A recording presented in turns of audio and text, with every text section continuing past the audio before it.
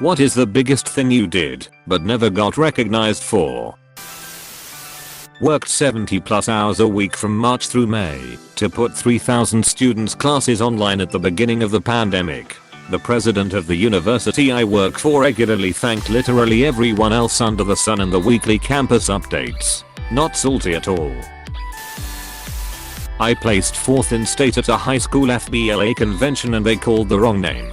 I got to watch someone who didn't even compete in the competition I was in go up on stage in front of thousands and get my award. I got one for my wife. My wife and her coworker, both have doctorates in the medical field, were asked to be part of an official task force to help manage the COVID epidemic in our area. They both agreed, and their employer let them keep their jobs for when they return. She was tasked with tracking patients waiting on test results, also tracking any that tested positive and who they came in contact with, and then organizing all the data coming from all the separate teams into safety guidelines for the public. She was working 7 to 6 for 4 months straight, and some weekends. Her work has annual and quarterly awards that comes with a lot of great perks. This quarter they wanted to award it to one of the people who were removed to work on the COVID teams. Everyone knew my wife would get it. All their coworkers knew what my wife has been doing. In the end, the administration picked her coworker instead. What was his role, you ask? He worked 3 days a week, answered phones, and gave a 45-second briefing to public officials every other day using the data my wife and others gathered. He simply got it because he was more visible. My wife is still really salty about it. I wrote a poem for a Why My Mom Deserves a Diamond contest which the class bully promptly took from me. He ended up winning with it out of the entire county and I didn't say a thing. How proud his mom and our teachers were of his accomplishment was what pissed me off the most. Covertly provided information to the EPA that contributed to enforcement actions resulting in a substantial reduction in industrial sulfur dioxide pollution. My first white-collar job was at a title company as one of about 50 people that had to research land ownership. A large part of that research was spending hours driving to remote rural government buildings to copy old public records. Each trip was about 2 to 3 hours each way. So we were working 12 hours a day and spending up to half that time in the car. So I thought, why not just send one person to copy records for everyone at each courthouse? I mentioned the idea to a coworker friend, and with his input, made a simple Google spreadsheet request log where everyone could post what records they needed. Then we showed it to my bosses. A few ignored it, but 2 became interested. They requested to become admins of the Google spreadsheet and thank me. I did not hear much else about it. 2 months later I switched projects and was told I had to be trained on an exciting new process my bosses put in place. It was my own spreadsheet being implemented company-wide. A few months after that, I saw the process loaded in the company's advertising because it already saved the clients tens of thousands of dollars in paying for added hours and mileage reimbursements. A few months later, I switched to a new company. Part of my training, a brand new process that saved driving and mileage. It was almost an exact clone of my process and spreadsheet. I asked a few friends in the industry and learned that every company in the area was implementing it. That was 8 years ago, and it is still being used today across our small industry. My process saved untold man hours and mileage reimbursements. I truly could not calculate how much money and gallons of gas it has saved. I'm not sure what I would even expect in terms of recognition. But I look at the effect of that process and wonder how many times in a career I will have an idea that will have so much impact. Probably few if any. Wish I knew how to monetize it. Pretty small compared to other in this thread, but at my work we have essentially an Employee of the Quarter award given out every 3 months that comes with some nice benefits, extra annual leave days, stay at a nice hotel on the company's dime, free lunch with the higher ups at a fancy restaurant, etc. One quarter the company was falling apart and I did a bunch of overtime, held my team together, trained new employees, and had to do my boss's job too when he left the job. I'm usually pretty humble, but this one time I was certain I had worked harder than anyone else at work, and that I'd win the award. This was a large workforce to like 500 plus people, and everyone that saw how hard I was working was telling me how much everyone appreciated it, and my hard work wasn't going unnoticed. Anyway, they gave some new girl the award because she always walked around with a smile and kept everyone's spirits up, and during a difficult time, the boss's words not mine, a bunch of the higher up talked to me afterward and told me that I had actually won the award after they voted on who should win, but I was vetoed because the big boss liked the new girl. She was way more popular than me and didn't even know who I was. That's when I learned not to break my back for my company, because duck the little guy, right? As a child I took care of my mom, who was a wheelchair user with manuscript. From 10 to 16 years old, I would lift her out of bed, into bed, toileting, dressing. Each year she got less mobile.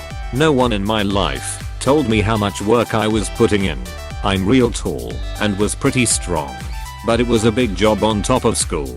The first time I was told that sounds like a lot was by my therapist this year. Now that I'm 25, my mom tried her best to minimize the work and eventually got home care, and she tried to keep me smiling and laughing, normalizing it to keep me afloat. Looking back, everybody, teachers, friends, parents, my mom's friends tried to take care of me, but nobody would admit to me how big of a deal that was, because if they did, I'd probably stop smiling, and that world have been okay. I'm grateful either way. They were doing their best, and so was I. Edit, I'm a woman. Just cause it's becoming relevant in replies. Sadly my username having lady in it isn't the quickest giveaway. I found a website years ago. Was people trading. Skype I think. Usernames for cybersex. Was quite a funny read to begin with. But then I started seeing comments from people requesting that underage people add them, and they were very specific about their expectations. Not stuff for minors to be reading, never mind engaging in. And people specifically requesting friggin' 11-year-olds was horrendous. Literally this website, it was kind of forum based. So this was like a specific page on the website, had tens of thousands of pages worth of people commenting their usernames, and at least one comment per page looking for minors. I managed to find a European organization to report it to, and the website was taken down a few weeks later. Will occasionally have a look for the website or others like it. Glad to say I've never found anything on the same level as that. Cause as you can imagine, some of the stuff on that was incredibly disturbing. Come to think of it, I've not done a research in a while actually, so I know what I'm away to go do now. I like to think I stopped a lot of creeps that day, or at least minimized the number of people they got to. Saved a family friend's daughter from drowning. I almost went under as well as I was only a few years older than her. I'm not looking to get a celebration every year or anything, but quite literally what I got in response was she should have known better. Men, not the biggest thing, but the first thing that popped into my mind. Edit, thank you for the award. First one. Went from homeless to home winner in 10 years. The first 5 of which I spent living in a tent and saving up money for the down payment on the loan. Stopped some teen from committing suicide years ago. Saving a friend's life. We were in a car together. I was the passenger. Had a rollover accident into deep snow. She was thrown through the windshield. I was still in the car. I crawled through the window. Found her trapped under the car. She couldn't breathe and was in extreme panic. I pulled her out. After ambulance ride, police reports, etc. Not one mention ever about how she was still alive. I had nightmares for months. I sent a 265 signature petition to my city council at the age of 14. I went door to door instead of online. It resulted in a set of city ordinances which added flashing stop signs at 3 intersections in town. Lost 200 pounds. Everyone knows me as I'm now. They've never seen me fat. That I took over the role as mom to my 10-year brother, 5-year sister, and 10-month-old brother at age 11. My mom was really sick and in the hospital. When she wasn't, she was in bed. I still went to middle school every day, while a family friend would watch the 2 younger siblings. and then it'd take over after I got home. This included watching my siblings, making dinner, doing homework with my brother, and putting everyone to bed. My dad worked and was at the hospital a lot, and I know he tried to be home more, but he almost lost his job. Our extended family, my dad's siblings, grandparents, etc. never reached out, and to this day, I'm still dumbfounded how no adult stepped in. It was terrible, and it made me grow up really fast. After 13, I still served as a mom, but I was bumped to second mom when my mom would just disappear and ignore her responsibilities. She was never mentally herself again and was very negligent when she was physically well again. Now I'm 30 and those days still haunt me. I think it's because my mother and father never acknowledged my lost childhood. I've tried explaining what I went through to my mom, that I don't blame her for being sick, but that it was really hard and I needed therapy. My 5-year-old sister used to cry at night asking if my mom was going to die. My mom refuses to listen until this day, so I stopped trying. Thanks for letting me rant and reading my story. I really needed this. I was offered then given a job by a publishing company in New York to read YA novels and give my opinion. I'm not even into YA. My dad was just at their office for business and I was there for a tour, and you know how sales ladies are. She was like, "Yo, you're a young adult. How would you like a job?" And I, a jobless teen, was absolutely willing to read some shitty ass YA for a couple bucks. So I do what I gotta do to get the job. And as a dumbass teen I ignore the big ass red flags, so we are a little backed up with all of our readers' information. But we'll definitely send you the forms to get payment set up soon. Several months later, they owe me like $130 at this point. I know. Shit for pay. What do you do? And I'm just exhausted. I'm reading these duckin' things all the time, and they are just shit. So shit. I wanna die. They are so shit. But I keep thinking, if I just stick it out a bit more, I'm gonna get my money, until my mom just said no more.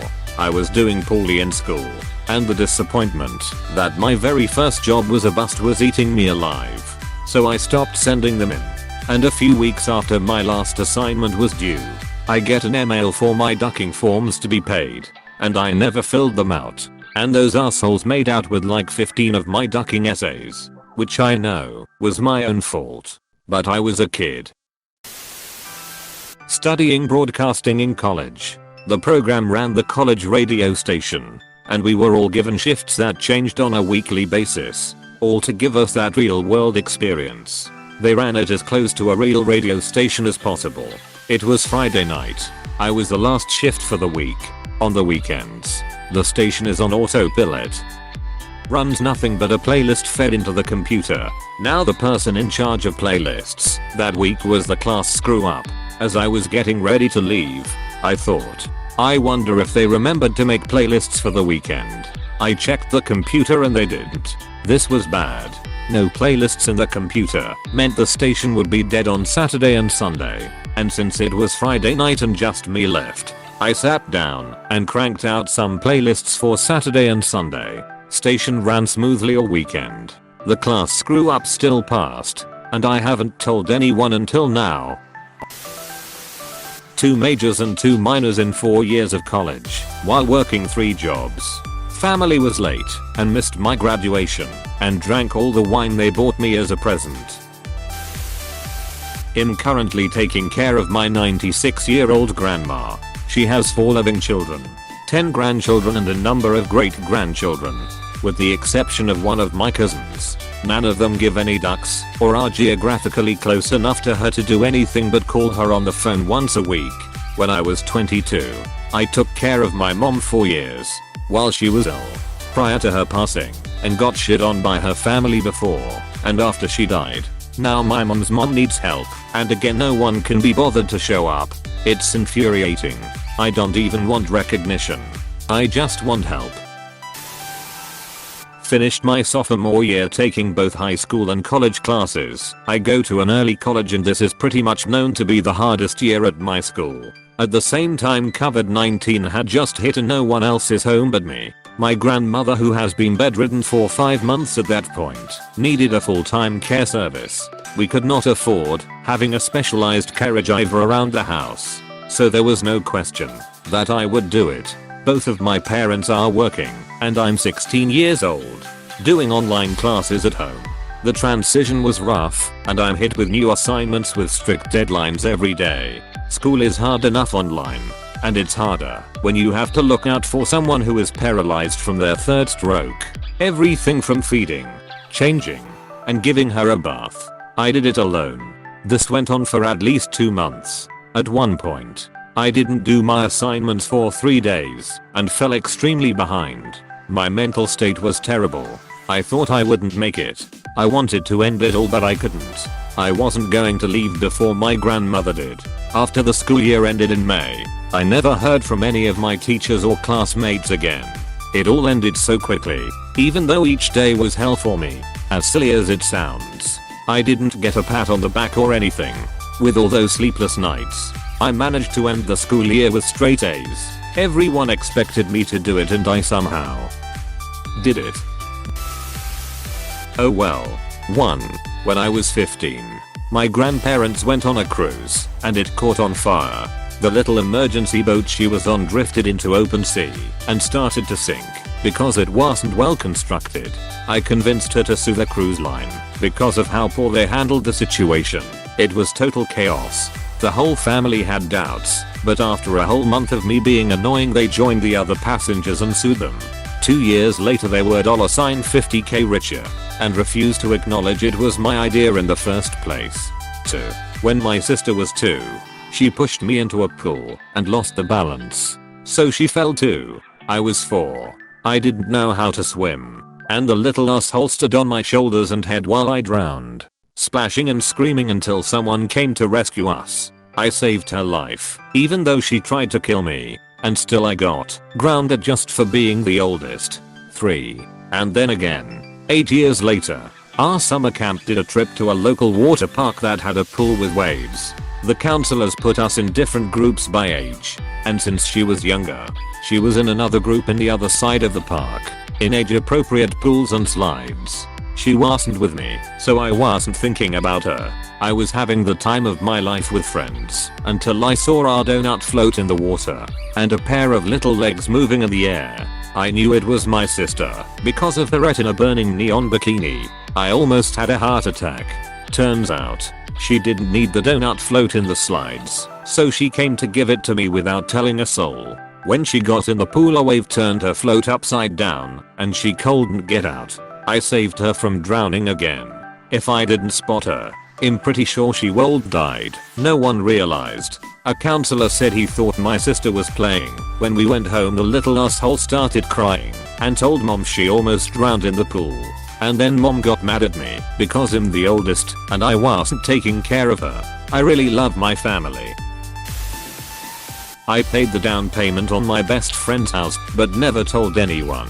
She has 5 kids and they all needed stability and something to really call their own.